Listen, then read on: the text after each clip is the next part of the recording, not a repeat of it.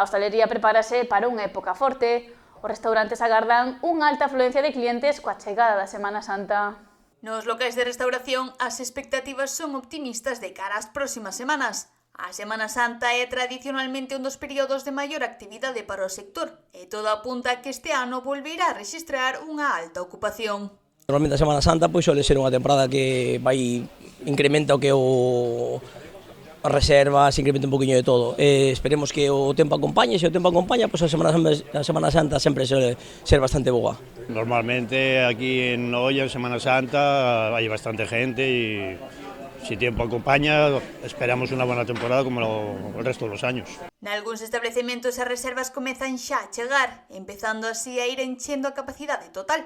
Outros locais que non traballan con reservas confían en repetir a alta afluencia de clientes que adoita rexistrarse nestas datas. Algunhas xa hai porque temos a xente de Madrid de outros anos que sempre veñen Semana Santa, son familias grandes e suelen reservar. La cuenta de la Semana Santa, ya San Marcos, el rally, todo el mes de abril, hai bastante gente. E antes desta cita marcada no calendario, o sector tamén mira o Día do Pai, que se celebra a próxima semana. Trátase dunha xornada especial para moitas familias nas que as terrazas e os comedores dos restaurantes adoitan encherse. Sí, para o Día do Pai xa temos algunhas reservas, temos un 25% do local xa ocupado. Siempre, aquí es muy raro tener el Día del Padre, eso aquí reservas no hay porque ya ves, tenemos una terraza delante, tenemos una terraza atrás, dentro del local hai bastantes mesas. De feito, en varios establecementos xa se está a notar o incremento das reservas para esa data, o que confirma o bo momento que se agarda para a hostalería nas próximas semanas. Xa temos algunha reserva porque este ano xusto cadra en festivo nacional.